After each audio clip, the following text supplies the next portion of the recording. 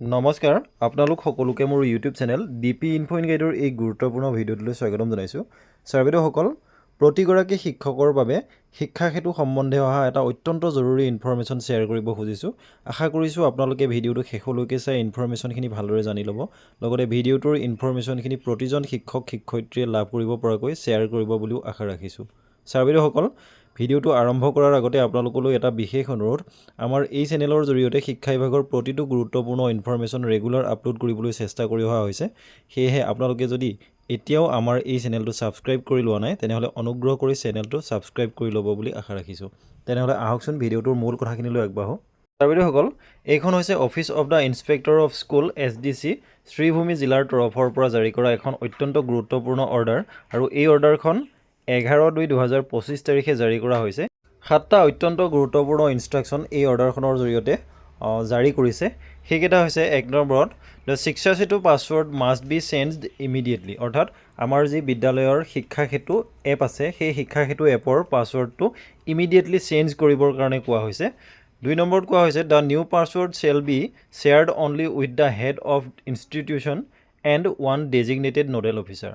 আৰু চেঞ্জ কৰাৰ পাছত যিটো নতুন পাছৱৰ্ড, সেই নতুন পাছৱৰ্ডটো বিদ্যালয়খনৰ প্ৰধান শিক্ষক আৰু এগৰাকী ডেজিগনেটেড নডেল টিচাৰ বা নডেল অফিচাৰকহে শ্বেয়াৰ কৰিব বুলি কোৱা হৈছে। 3 নম্বৰত কোৱা হৈছে, the designated nodal officer shall be responsible for operating Shiksha Setu on the official tablet designated mobile phone, অৰ্থাৎ যিগৰাকী শিক্ষকক নডেল অফিচাৰ হিচাপে দায়িত্ব দিয়া হয় সেই নডেল অফিচাৰ বা নডেল শিক্ষকগৰাকীয়ে শিক্ষা সেতু এপটো লগ আউট, লগ ইন বা সম্পূৰ্ণ অপাৰেটিং ছিষ্টেমটো কৰাৰ সন্দৰ্ভত তেখেত ৰেছপনচিবল হ'ব বুলি ইয়াত কোৱা হৈছে।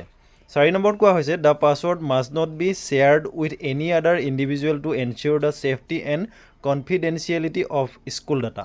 4 নম্বৰত কোৱা হৈছে যে পাছৱৰ্ডটো অন্য কোনো ধৰণৰ ইণ্ডিভিজুৱেলৰ লগত শ্বেয়াৰ কৰিব নালাগিব, যাতে বিদ্যালয়খনৰ যি ডাটা সেই ডাটাসমূহ সম্পূৰ্ণ সুৰক্ষিত হৈ থাকে। তাৰ বাবে অন্যান্য কোনো ধৰণৰ ব্যক্তিৰ লগত এই পাছৱৰ্ডটো শ্বেয়াৰ কৰিবৰ কাৰণে মানা কৰিছে, নিষেধাজ্ঞা দিয়া হৈছে ইয়াৰ জৰিয়তে। 5 নম্বৰত কোৱা হৈছে, the new password must B strong and unique and contain alpha numeric characters. আৰু নতুন যিটো পাছৱৰ্ড হ'ব সেই পাছৱৰ্ডটো ইউনিক আৰু ষ্ট্ৰং হ'ব লাগিব, লগতে এলফাবেট আৰু নাম্বাৰছৰ সমন্বিত এটা পাছৱৰ্ড হ'ব লাগিব। 6 নম্বৰত কোৱা হৈছে, the head of institution shall approve all applications before they are uploaded, অৰ্থাৎ আমাৰ শিক্ষা সেতু এপ বা শিক্ষা সেতু পৰ্টেলৰ জৰিয়তে যিসমূহ এপ্লিকেশ্যন আপলোড কৰা হয় সেই এপ্লিকেশ্যনসমূহ প্ৰধান শিক্ষকৰ এপ্ৰুভেলৰ পাছতহে আপলোড কৰিব লাগিব বুলি ইয়াত কোৱা হৈছে।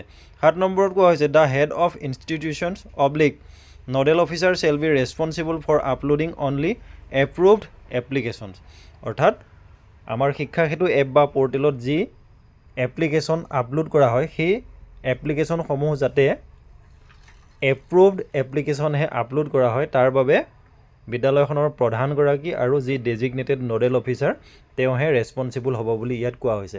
আৰু শেষত একেবাৰে লিখি দিছে যে এই ইনষ্ট্ৰাকশ্যনখিনি মানি লোৱাটো অত্যন্ত জৰুৰী আৰু বাধ্যতামূলক।